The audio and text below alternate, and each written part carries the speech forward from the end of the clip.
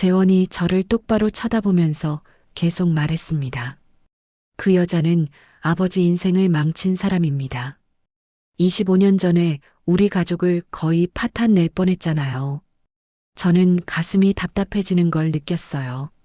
그리고 저 아이 정말 아버지 딸이 맞아요? 어디서 주워온지도 모르는 애 아닙니까? 그 순간 저는 온몸에 전기가 통하는 느낌이었습니다. DNA 검사도 안 해보고 무작정 믿으시는 거예요? 돈 목적으로 나타난 걸 수도 있잖아요. 저는 일어서려고 했습니다. 더 이상 참을 수 없었거든요. 우리 회사 돈도 아버지 재산도 다 노리고 온 거 아니에요? 요즘 이런 사기꾼들 많다잖아요. 저는 더 이상 견딜 수 없었어요. 눈물이 날 것 같았지만 이런 자리에서 울고 싶지는 않았습니다. 하지만 그들은 몰랐습니다. 다음 날 어떤 일이 벌어질지를요. 가족이란 무엇일까요? 피로 이어진 관계일까요? 아니면 마음으로 만들어가는 관계일까요? 때로는 25년 늦은 진실이 우리 인생을 바꿔놓기도 합니다. 상처받은 마음도 놓쳐버린 시간도 모두 우리가 성장하는 과정이겠죠. 이야기를 시작하기 전에 여러분은 지금 어디서 이 이야기를 듣고 계신가요? 댓글로 남겨주시면 응원에 힘입어 더 재미있는 이야기로 찾아뵙겠습니다. 구독, 좋아요, 알람 설정까지 눌러주시면 감사하겠습니다. 안녕하세요.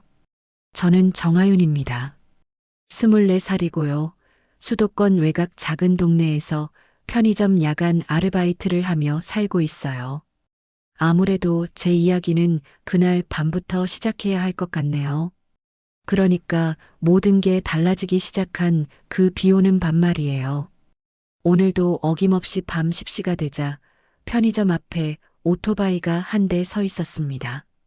낡은 125cc 스쿠터였는데 벌써 3년째 저와 함께하고 있는 동반자였죠. 사장님께서는 항상 하윤아 조심해서 다녀와 하시며 배달 주문서를 건네주셨어요. 그런데 오늘은 날씨가 영 좋지 않았습니다. 아침부터 내리기 시작한 비가 밤이 되어서도 그칠 기미를 보이지 않았거든요. 게다가 바람까지 불어서 우비를 입어도 소용없을 정도였죠. 이런 날엔 배달 안 시키면 좋을 텐데. 속으로 중얼거리면서도 주문서를 받아들었습니다. 아무래도 거절할 수 있는 처지가 아니었거든요. 할머니 병원비가 이번 달에도 80만 원이나 나왔는데 아르바이트 월급만으로는 턱없이 부족했어요.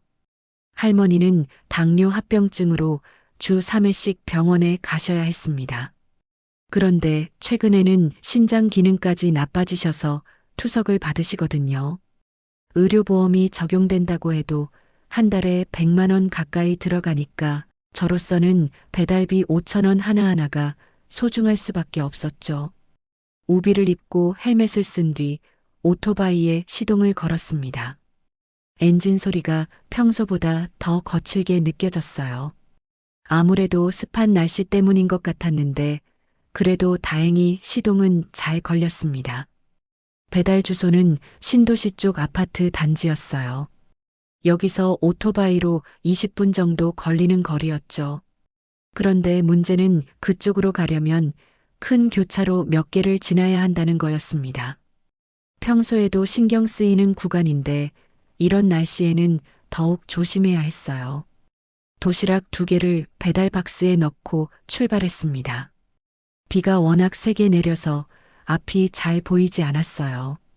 그래서 평소보다 천천히 운전할 수밖에 없었죠. 그러니까 제가 그 교차로에 도착한 건 밤 11시 10분 정도였을 거예요.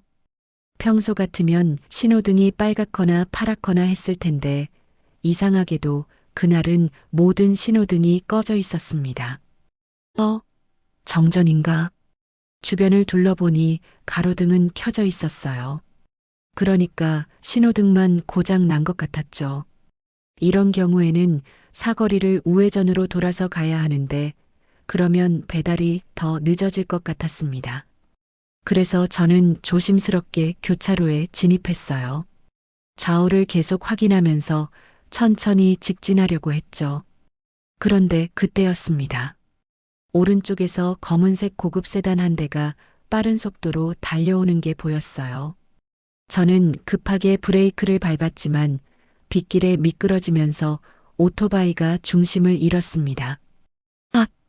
그대로 넘어지면서 아스팔트 바닥에 떨어졌어요.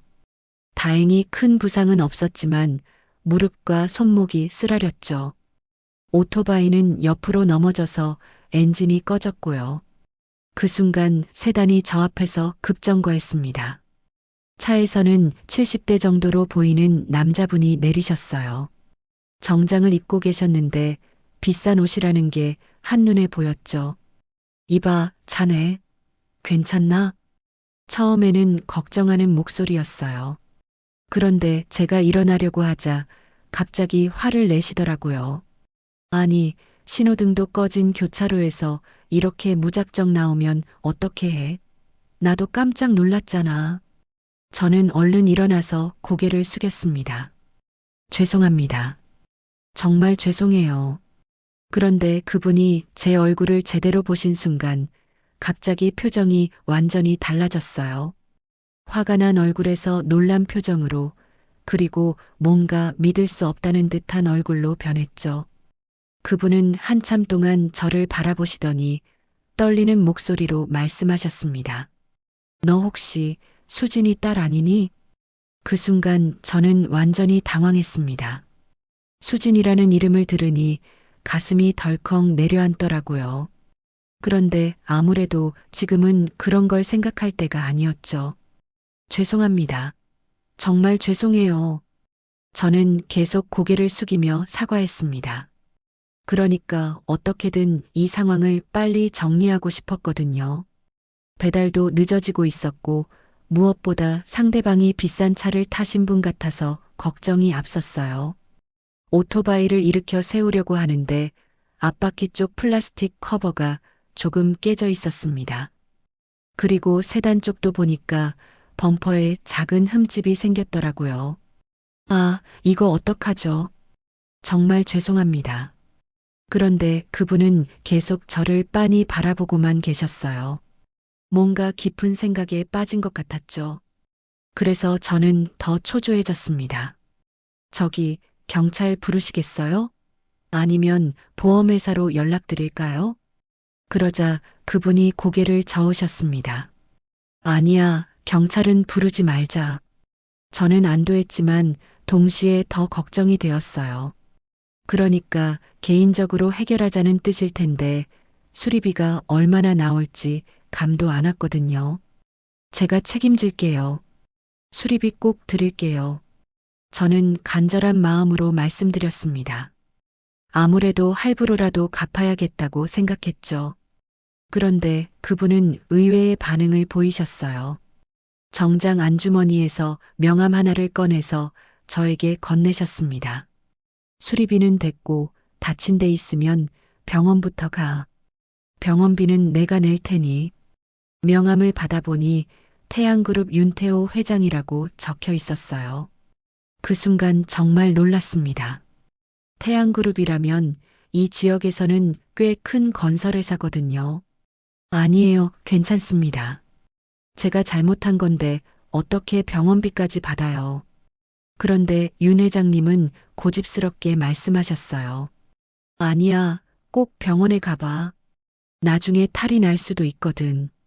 저는 정중하게 거절했지만 그분은 끝까지 명함을 제 손에 쥐어주셨습니다.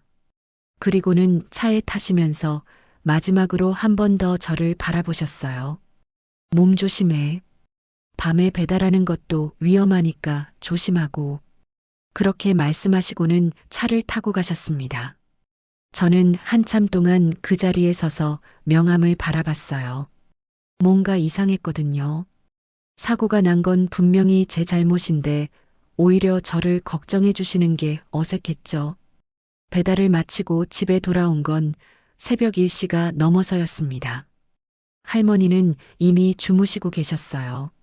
저는 조용히 방으로 들어가서 옷을 갈아입었는데 무릎과 손목에 상처가 생긴 게 보였습니다. 소독약을 발라주면서 오늘 있었던 일을 생각해 봤어요. 그런데 아무래도 수진이라는 이름이 계속 마음에 걸렸습니다.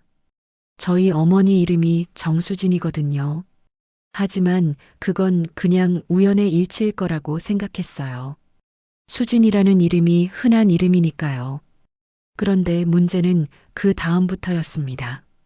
이틀 뒤 편의점에서 아르바이트를 하고 있는데 누군가 들어왔어요. 정장을 입은 30대 남자분이었는데 뭔가 비서 같은 느낌이었죠. 혹시 정하윤 씨 맞으신가요? 저는 고개를 끄덕였습니다. 그러자 그분이 명함을 건네주시더라고요. 태양그룹 비서실 김철민입니다. 회장님께서 이걸 전해달라고 하셨어요. 봉투 안에는 현금 30만 원과 쪽지가 들어 있었습니다. 병원비와 치료비로 쓰라고 적혀 있었어요. 아니에요. 이건 받을 수 없어요. 제가 잘못한 건데. 그런데 김 비서님은 이미 가시려고 하셨어요. 회장님 말씀이니까 꼭 받으라고 하셨습니다. 그렇게 말씀하시고는 나가셨어요. 저는 영문을 모르겠어서 봉투를 들고 한참을 서 있었습니다. 그 이후로도 이상한 일들이 계속 일어났어요. 3일 뒤에는 또 김 비서님이 오셨는데 이번에는 과일 바구니를 가져오셨거든요. 회장님께서 몸보신하라고 하셨습니다. 일주일 뒤에는 할머니 병원비 영수증을 보고 싶다고 하셨어요. 그래서 보여드렸더니 며칠 뒤에 병원에서 연락이 왔습니다.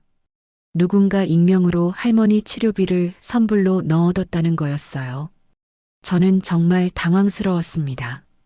그러니까 왜 자꾸 저한테 이런 호의를 베푸시는지 이해할 수 없었거든요.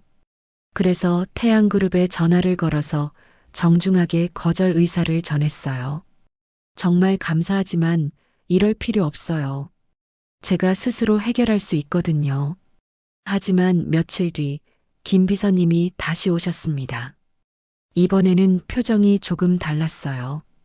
회장님께서 따님을 꼭 뵙고 싶다고 하십니다.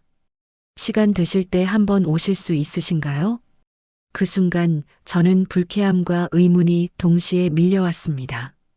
따님이라고 부르는 것도 이상했고 왜 자꾸 만나려고 하시는지도 이해할 수 없었거든요.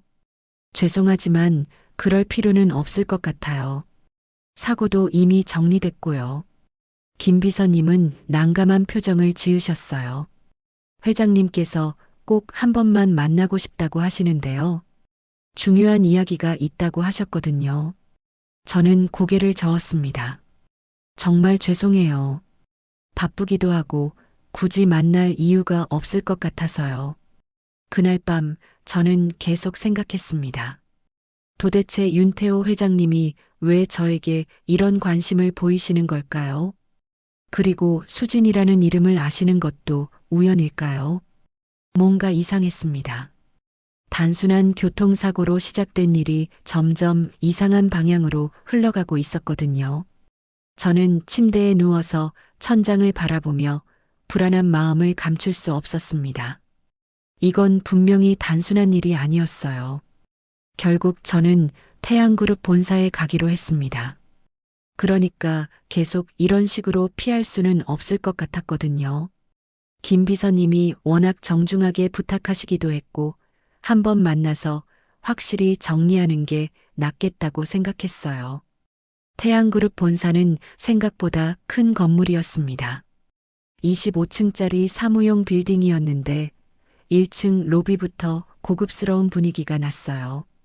대리석 바닥에 천장이 높아서 웅장한 느낌이었죠.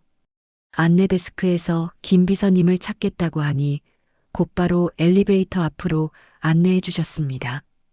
그런데 엘리베이터를 기다리는 동안 뒤쪽에서 익숙한 목소리가 들렸어요. 하윤 씨 맞죠? 돌아보니 윤태호 회장님이 서 계셨습니다. 그날 밤과는 달리 정장을 말끔하게 차려입고 계셨는데 역시 범상치 않은 분위기였어요.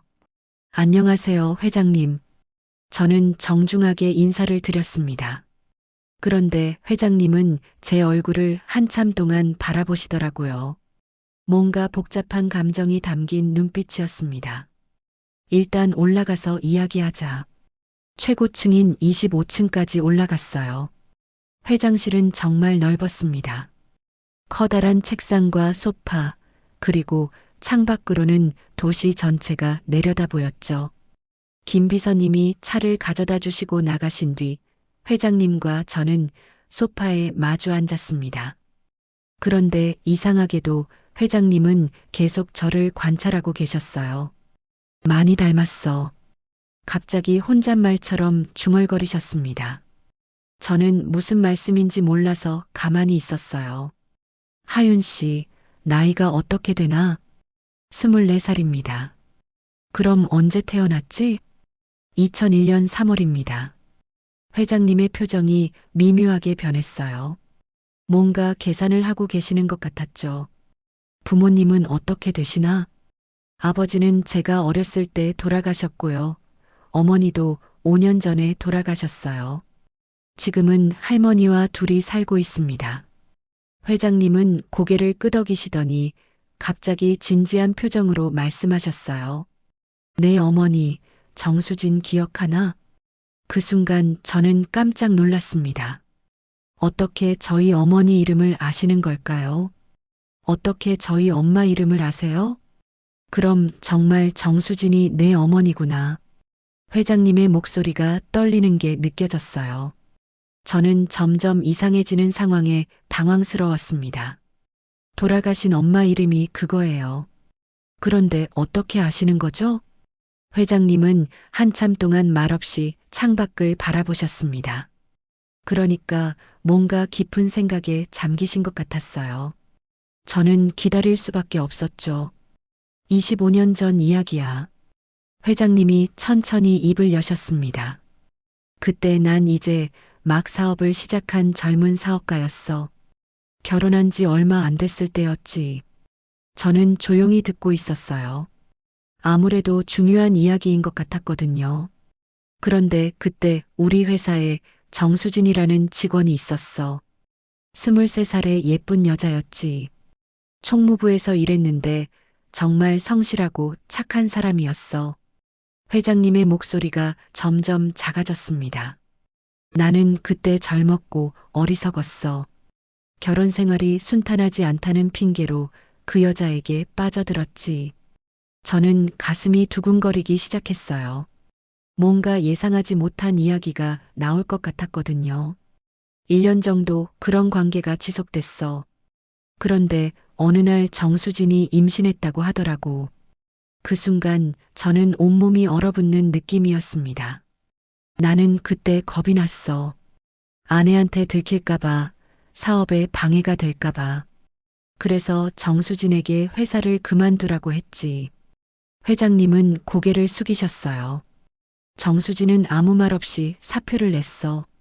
그리고 그날이 마지막이었지. 배가 부른 몸으로 사무실을 떠나면서 아이를 품에 안고 사라진 거야. 저는 말을 할 수가 없었습니다. 그러니까 이게 무슨 상황인지 이해할 수 없었거든요. 그 이후로 25년 동안 단 한 번도 소식을 듣지 못했어. 어디서 어떻게 사는지, 아이는 잘 자라고 있는지. 회장님이 저를 바라보셨습니다. 눈빛에는 확신이 가득했어요. 그런데 그날 밤 너를 보는 순간 알았어. 정수진을 닮았더라고. 그 눈매, 그 입술, 심지어 말하는 툭까지. 저는 머릿속이 하얘졌습니다. 이 모든 게 현실인지 꿈인지 구분할 수 없었어요. 설마 하는 마음으로 내 이름을 물어봤지. 정하윤. 수진이가 아이 이름을 하윤이라고 지었다고 했거든. 회장님의 목소리가 더욱 떨렸습니다. 하윤아, 나는 내 아버지야. 그 말을 듣는 순간 저는 정말 아무 말도 할 수 없었습니다. 그러니까 지금까지 제가 알고 있던 모든 게 거짓이었다는 뜻이었거든요. 거짓말이에요. 겨우 나온 말이었어요. 우리 아빠는 제가 어렸을 때 돌아가셨어요. 엄마가 그렇게 말씀하셨다고요. 수진이가 그렇게 말했을 거야. 나 같은 아버지를 둔다는 게 부끄러웠을 테니까. 저는 일어서려고 했습니다. 더 이상 이 이야기를 들을 수 없었거든요. 믿을 수 없어요. 이건 말도 안 돼요. 하윤아, 진정해. 진정하라고요? 갑자기 나타나서 아버지라고 하면 제가 믿어야 해요? 저는 목소리가 높아지는 걸 느꼈어요. 감정을 억제할 수 없었습니다. DNA 검사를 해보자. 그럼 확실해질 거야. 필요 없어요. 저는 아버지 없이도 잘 살았거든요. 저는 가방을 들고 일어났습니다. 이 모든 상황이 끔찍하게 느껴졌어요. 하윤아, 제발 들어봐. 들을 거 없어요. 25년 동안 없던 아버지가 갑자기 나타날 권리 없어요. 저는 문으로 향했습니다. 그런데 회장님이 마지막으로 한 말이 저를 멈춰 세웠어요. 내 할머니 병원비 계속 내가 낼게. 그리고 대학 학비도. 저는 돌아보지 않고 말했습니다. 그런 거 필요 없어요. 저희는 지금까지 잘 살았거든요. 엘리베이터를 타고 내려오는 동안 저는 눈물이 날 것 같았어요. 그런데 화가 나는지 슬픈 건지 구분할 수 없었습니다. 로비를 나서서 버스 정류장으로 걸어가면서 저는 휴대폰을 꺼내서 김 비서님 번호를 지웠어요. 그리고 회장님이 주신 명함도 찢어서 쓰레기통에 버렸습니다.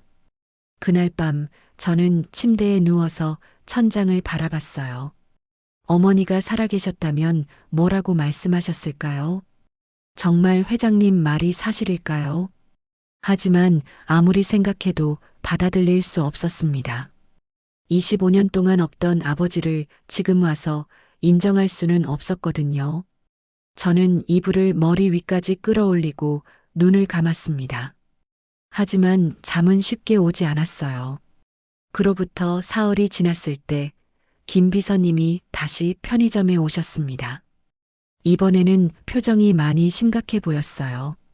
하윤 씨, 회장님께서 꼭 한 번 더 만나고 싶다고 하십니다. 저는 고개를 저었습니다. 저번에 말씀드렸잖아요. 더 이상 만날 일 없다고요. 회장님께서 정말 중요한 이야기가 있다고 하셨어요. 집에 와달라고 하시는데요. 집이라는 말에 저는 조금 당황했습니다. 회사가 아니라 개인적인 자리라는 뜻이었거든요. 정말 마지막입니다. 이번 한 번만 와주시면 더 이상 연락드리지 않겠습니다. 김 비서님의 간절한 부탁에 저는 결국 고개를 끄덕였어요.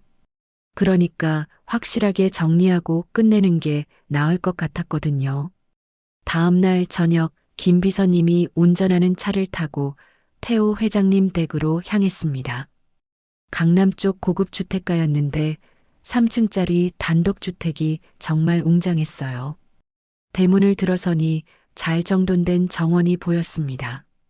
그리고 현관문 앞에서 회장님이 저를 기다리고 계셨어요. 와줘서 고마워. 저는 어색하게 인사를 드렸습니다. 집안은 정말 넓었어요.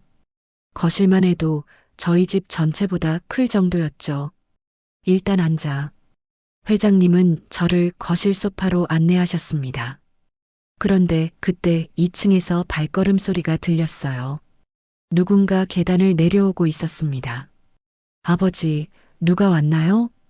40대 후반 정도로 보이는 남자분이 나타나셨어요. 정장을 입고 계셨는데 회장님과 닮은 면이 있었습니다. 재원아, 이 아이가 하윤이야. 그분이 바로 윤재원 씨였던 것 같아요. 회장님의 아들이겠죠. 재원 씨는 저를 위아래로 훑어보시더니 아버지를 향해 말씀하셨습니다. 아버지, 정말 이 아이가 그 여자 딸이에요? 목소리에 불쾌함이 섞여 있었어요. 저는 괜히 움츠러들었습니다.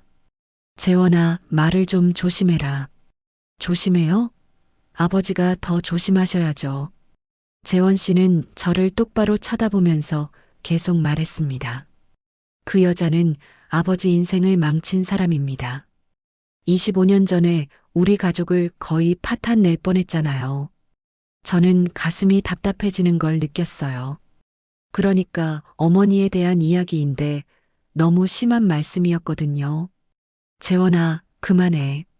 하지만 재원 씨는 멈추지 않았습니다.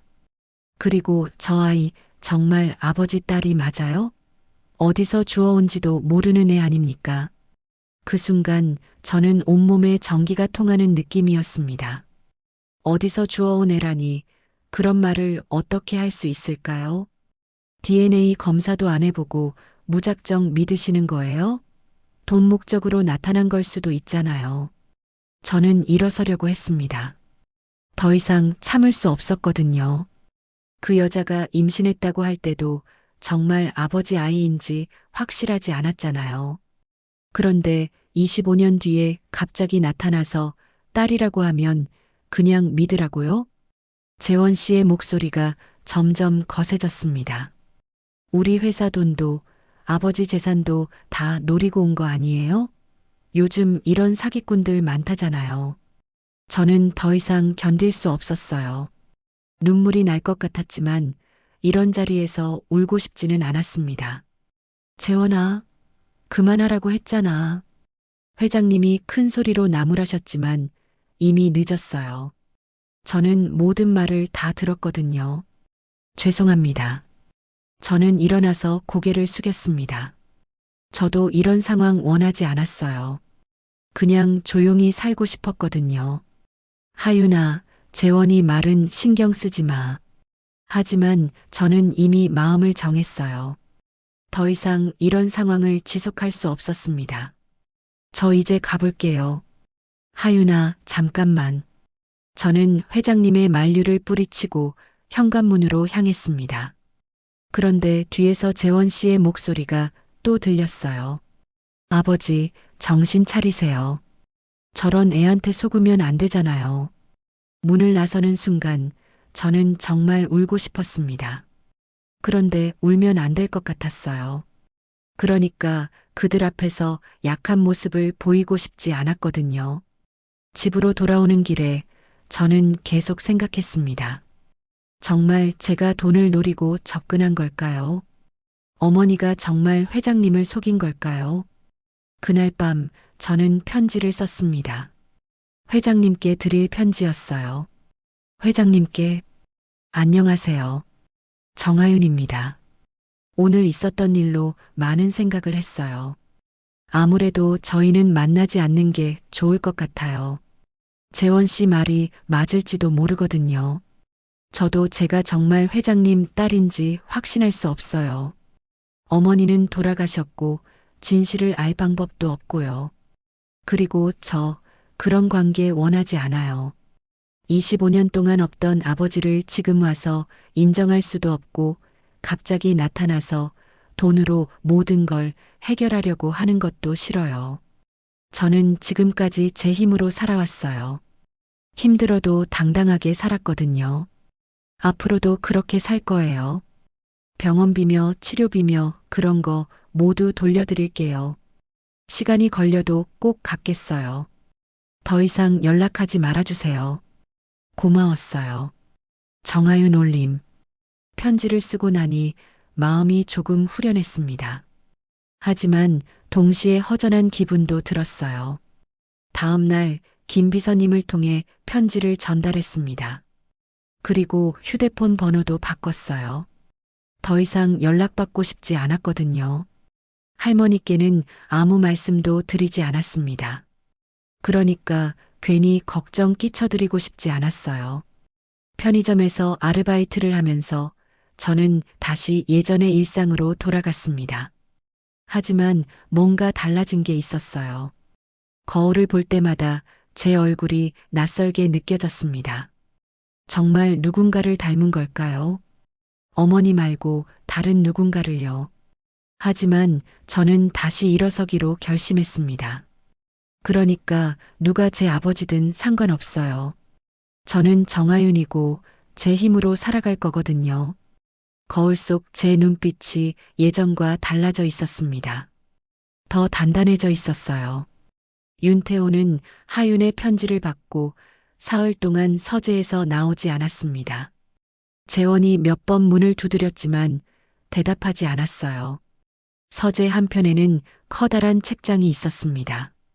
그 맨 위층에는 오래된 상자 하나가 놓여 있었죠.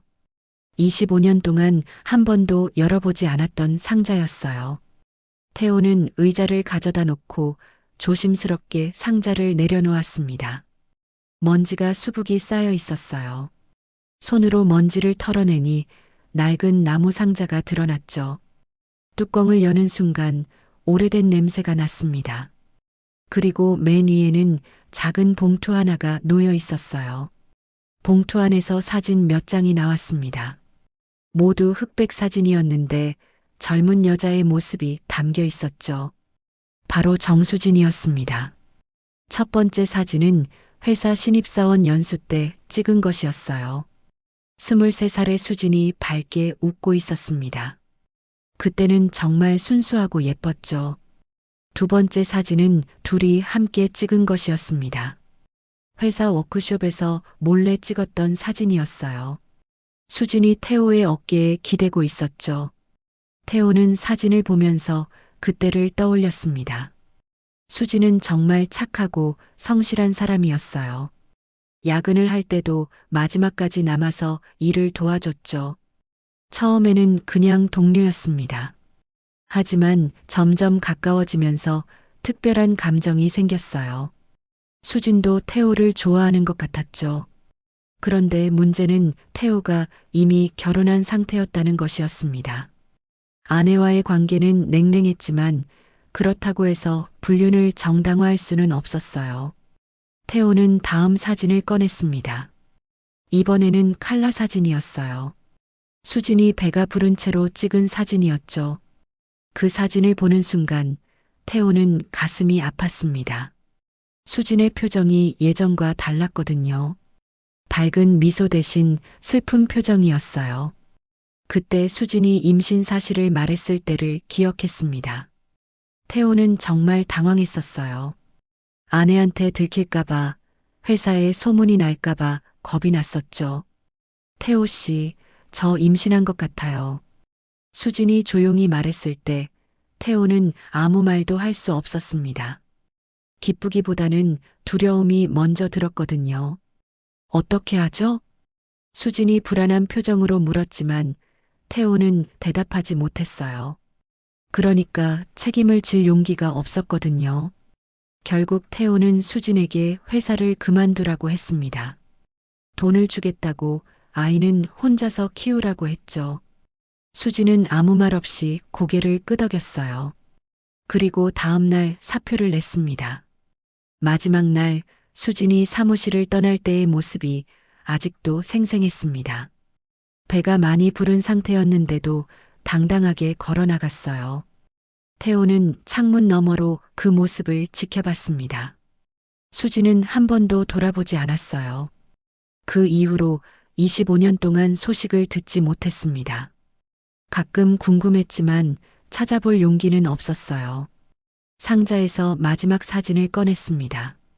이번에는 어린아이가 찍힌 사진이었어요. 유치원 졸업사진 같았죠. 사진 속 아이는 수진을 많이 닮았습니다. 그런데 자세히 보니 태호와도 비슷한 면이 있었어요. 특히 눈매가 그랬죠. 태호는 사진을 뒤집어 봤습니다. 뒷면에는 수진의 글씨로 짧은 글이 적혀 있었어요. 당신이 모른 척해도 이 아이는 당신의 피를 가졌어요. 그 글을 읽는 순간 태호는 주저앉았습니다. 온몸에 힘이 빠지는 느낌이었어요. 수진이 마지막까지 태호에게 보낸 메시지였던 것 같았습니다.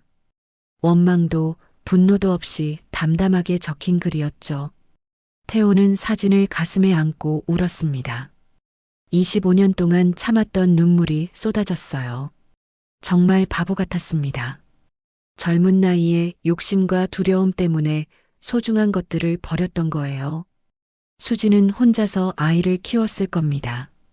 얼마나 힘들었을까요?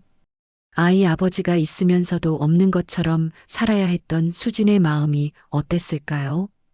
그리고 하윤이도 마찬가지였습니다. 아버지가 있으면서도 없다고 들으며 자란 아이의 마음은 어땠을까요? 태호는 책상 서랍에서 하윤의 편지를 꺼냈습니다. 다시 읽어보니 더욱 가슴이 아팠어요.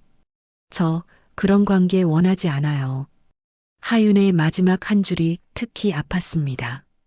25년 늦은 아버지를 원하지 않는다는 뜻이었거든요. 태호는 자신이 저지른 과거의 죄가 현실로 돌아왔음을 깨달았습니다. 젊은 시절의 이기적인 선택이 이런 결과를 가져온 거예요. 하지만 이제라도 늦지 않을 거라고 생각했습니다. 하윤이가 원하지 않는다고 해서 포기할 수는 없었어요. 아버지로서의 책임을 다해야 했거든요. 태호는 사진들을 다시 상자에 넣었습니다. 그리고 서재 문을 열고 나왔어요. 재원이 거실에서 기다리고 있었습니다. 아버지, 괜찮으세요? 태호는 아들을 바라봤습니다. 그리고 처음으로 확실하게 말했어요. 하윤이는 내 딸이야. 태호는 하윤의 편지를 받은 뒤 며칠 동안 고민했습니다. 그러니까 이대로 포기할 수는 없었거든요. 확실한 증거가 필요했어요. 김비서에게도 말하지 않고 태호는 혼자서 움직였습니다. 하윤이 다니는 편의점 앞에서 며칠 동안 기다렸어요. 그리고 하윤이 버린 컵라면 용기를 주워왔죠. 서울 시내 유명한 유전자 검사 전문 병원에 직접 찾아갔습니다. 원장과는 오래된 지인이었거든요. 태호야, 갑자기 웬 유전자 검사? 개인적인 일이야. 비밀로 부탁해. 원장은 고개를 끄덕였습니다. 그리고 태호의 혈액과 하윤의 검체를 받아서 검사실로 보냈어요. 3일 정도 걸릴 거야. 그 3일이 정말 길게 느껴졌습니다. 태호는 제대로 잠을 잘 수도 없었어요. 만약 하윤이 정말 자신의 딸이 아니라면 어떻게 할 건지, 반대로 딸이 맞다면 어떻게 해야 할지 계속 생각했죠. 재원은 아버지의 이상한 행동을 눈치챘습니다. 평소보다 말수가 적어지고 계속 어딘가에 나가더라고요. 아버지, 요즘 어디 가시는 거예요? 회사 일이야. 하지만 재원은 확신했습니다. 분명히 그 여자의 때문일 거라고요. 3일 뒤 태호는 병원에서 결과지를 받았습니다. 봉투를 열기 전에 한참을 망설였어요. 손이 떨렸거든요. 첫 번째 장을 넘기니 복잡한 수치들이 나와 있었습니다. 하지만 마지막 페이지의 결론 부분은 간단했어요. 부녀관계 일치율 99.8%. 그 한 문장이 모든 것을 뒤흔들었습니다. 하윤은 정말 자신의 딸이었던 거예요. 태호는 차 안에서 한참 동안 결과지를 바라봤습니다. 기쁘기도 하고 슬프기도 했어요. 25년 동안 놓쳤던 딸을 찾은 기쁨과 그동안 모른 척했던 죄책감이 동시에 밀려왔거든요. 집에 돌아온 태호는 서재로 들어갔습니다. 그리고 결과지를 책상 서랍에 넣어뒀어요. 아직 아무에게도 말할 때가 아니라고 생각했거든요. 하지만 재원은 이미 의심하고 있었습니다. 며칠 전부터 아버지를 미행하고 있었거든요. 그래서 아버지가 유전자 검사를 받으러 간 것도 알고 있었어요. 다음 날 오후 태호가 회사에 간 사이에 재원은 서재에 들어갔습니다. 책상 서랍을 뒤지다가 결과지를 발견했어요. 부녀관계 일치율 99.8%. 재원의 얼굴이 굳어졌습니다. 정말 그 여자애가 아버지 딸이었던 거예요. 이런 젠장. 재원은 결과지를 다시 서랍에 넣었습니다. 그리고 자신의 방으로 올라가서 깊은 생각에 빠졌어요. 아버지 재산은 자신이 모두 물려받을 줄 알았는데 갑자기 딸이 나타난 거였습니다. 그것도 25년 전 불륜으로 낳은 딸이요. 절대 안 돼. 재원은 이를 악물었습니다. 어떻게든 그 여자애를 멀리 보내야 했어요. 저녁 식사 시간 태호가 조심스럽게 말을 꺼냈습니다. 재원아, 하윤이에 대해서 다시 생각해보자. 뭘 다시 생각해요? DNA 검사를 해봤어. 99.8% 일치야. 재원은 놀란 척했습니다. 정말요? 그럼 정말 아버지 딸이라는 거네요. 속으로는 이미 알고 있었지만 모르는 척해야 했거든요. 그래. 그러니까 이제 우리 가족으로 받아들여야 해. 재원은 잠시 침묵했습니다. 그리고 차분한 목소리로 말했어요. 아버지, 그런데 그 아이가 정말 우리 가족이 되고 싶어 할까요? 무슨 뜻이야? 편지로 거절했잖아요. 그런 관계 원하지 않는다고요. 태호는 고개를 숙였습니다. 재원 말이 맞았거든요. 그래도 내가 아버지인데 책임을 져야지. 책임이요? 25년 늦은 책임이 무슨 소용이에요? 재원의 목소리가 점점 날카로워졌습니다. 그리고 솔직히 말씀드리면 이제 아버지 재산을 노린 여자의 하나가 또 들어오겠군요. 재원아, 그런 말 하지 마. 사실 아니에요? DNA 검사 결과까지 나왔으니 이제 당당하게 재산 분할 요구할 거 아니에요. 태호는 화가 났습니다. 하윤이는 그런 아이가 아니야. 어떻게 확신하세요? 25년 동안 모르고 살았던 아이인데요. 그날 밤 재원은 하윤에게 전화를 걸었습니다. 하윤이 번호를 바꿨다는 걸 알고 편의점에 직접 찾아갔어요. 잠깐 이야기 좀 할까요? 하윤은 당황했습니다. 갑자기 재원이 나타날 줄 몰랐거든요. 무슨 일이세요? 아버지가 DNA 검사를 했어요. 99.8% 일치래요. 하윤은 놀랐습니다. 검사까지 했다는 게 믿어지지 않았어요. 그래서 뭐 어쩌라는 거예요? 이제 당당하게 재산 요구하실 거죠? 하윤은 화가 났습니다. 저 그런 거 관심 없어요. 이미 편지로 거절했잖아요. 그럼 정말 포기하시겠어요? 거액의 유산을요? 네, 포기해요. 애초에 원하지도 않았거든요. 재원은 믿을 수 없다는 표정이었습니다. 정말요? 그럼 서약서라도 써주실 수 있나요? 재산 상속을 포기한다는요. 하윤은 더 이상 참을 수 없었어요. 알겠어요. 써줄게요. 그러니까 이제 저 좀 가만히 놔두세요. 며칠 뒤 하윤은 정말로 재산 상속 포기 서약서를 작성했습니다. 그리고 할머니께 말씀드렸어요. 할머니, 우리 다른 도시로 이사 가요. 갑자기 왜? 여기 있기 싫어졌어요. 하윤은 모든 것을 포기하기로 했습니다. DNA 검사 결과가 나왔다고 해도 25년 늦은 아버지를 받아들일 수는 없었거든요. 게다가 재원의 적대감도 싫었어요. 계속 이런 식으로 살 수는 없었습니다. 하윤은 편의점 사장님께 사직서를 냈습니다. 그리고 부산으로 내려가기로 했어요. 할머니 고향이 부산이었거든요. 짐을 싸면서 하윤은 생각했습니다. 이게 정말 최선의 선택일까요? 하지만 다른 방법은 없을 것 같았어요. 하윤의 눈빛은 이미 결심으로 가득했습니다. 하윤이 부산행 기차표를 끄는 그날 밤 김 비서님으로부터 전화가 왔습니다. 번호를 바꿨는데도 어떻게 알았는지 놀라웠어요. 하윤 씨, 지금 당장 병원으로 와주세요. 무슨 일이세요? 회장님이 쓰러지셨어요. 저는 순간 말문이 막혔습니다. 그러니까 아직 완전히 정리되지 않은 감정들이 한꺼번에 밀려왔거든요. 어느 병원이세요? 서울대병원 응급실입니다. 제발 와주세요. 할머니께 말씀드리고 급히 병원으로 향했습니다. 응급실 앞에는 이미 재원 씨와 김 비서님이 기다리고 계셨어요. 어떻게 되신 거예요? 김 비서님이 걱정스러운 표정으로 대답하셨습니다. 심근경색이에요. 서재에서 쓰러진 채로 발견됐거든요. 재원 씨는 저를 보더니 차가운 표정을 지으셨어요. 왜 와요? 관계 없잖아요. 재원아, 그만해.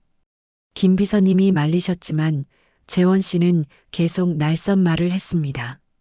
DNA 검사 결과 나왔다고 갑자기 딸 행세하려고 하는 거예요?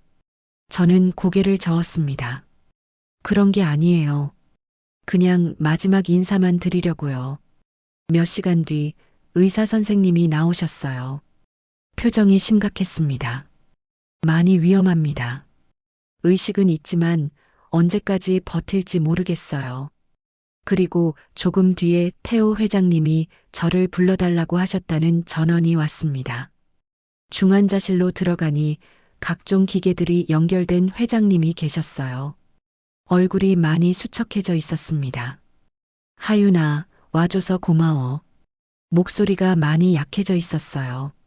저는 침대 옆 의자에 앉았습니다. 회장님, 괜찮으세요? 아니야, 이제 얼마 안 남았어. 담담한 목소리였습니다. 오히려 저보다 평온해 보이셨어요. 하윤아, 마지막으로 할 말이 있어. 저는 조용히 들었습니다. 내 어머니가 돌아가신 날 나도 죽은 거나 다름없었다. 회장님의 눈에 눈물이 맺혔습니다. 25년 전에 못한 말이 있어. 수진이한테, 그리고 너한테. 저는 가슴이 먹먹해지는 걸 느꼈어요. 그때 내가 겁쟁이였어. 책임져야 할 순간에 도망쳤지. 회장님, 내 어머니는 정말 좋은 사람이었어.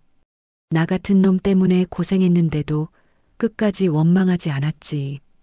회장님이 제 손을 잡으셨습니다. 손이 차갑고 떨리고 있었어요. 하윤아, 이제라도 용서받고 싶다. 수진이한테도, 너한테도.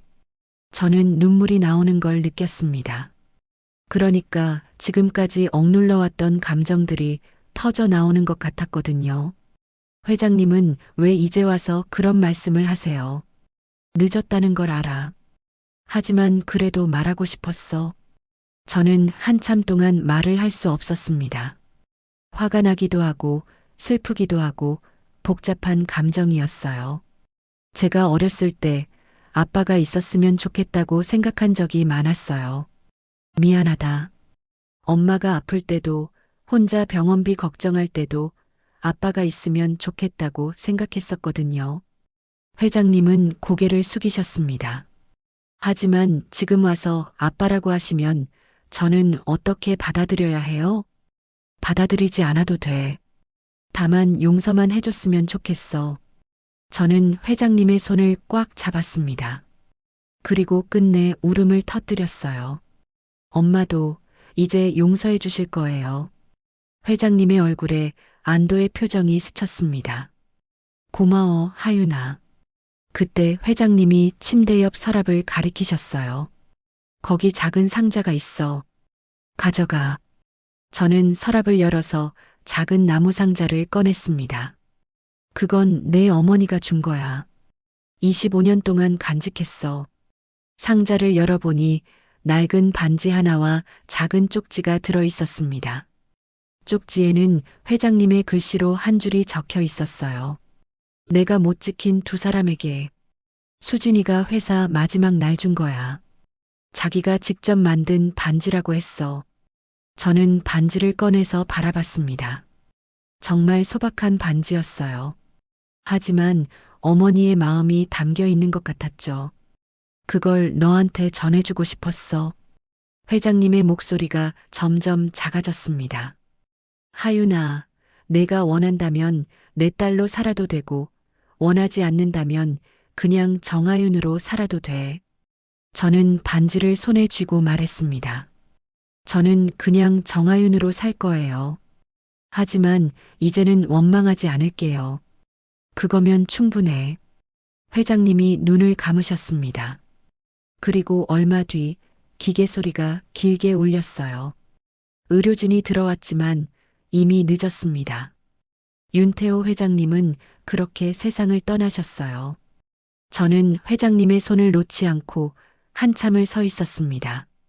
25년 늦게 만난 아버지와의 마지막 시간이었거든요. 중환자실을 나오니 재원 씨가 기다리고 있었습니다. 눈이 빨갛게 부어 있었어요.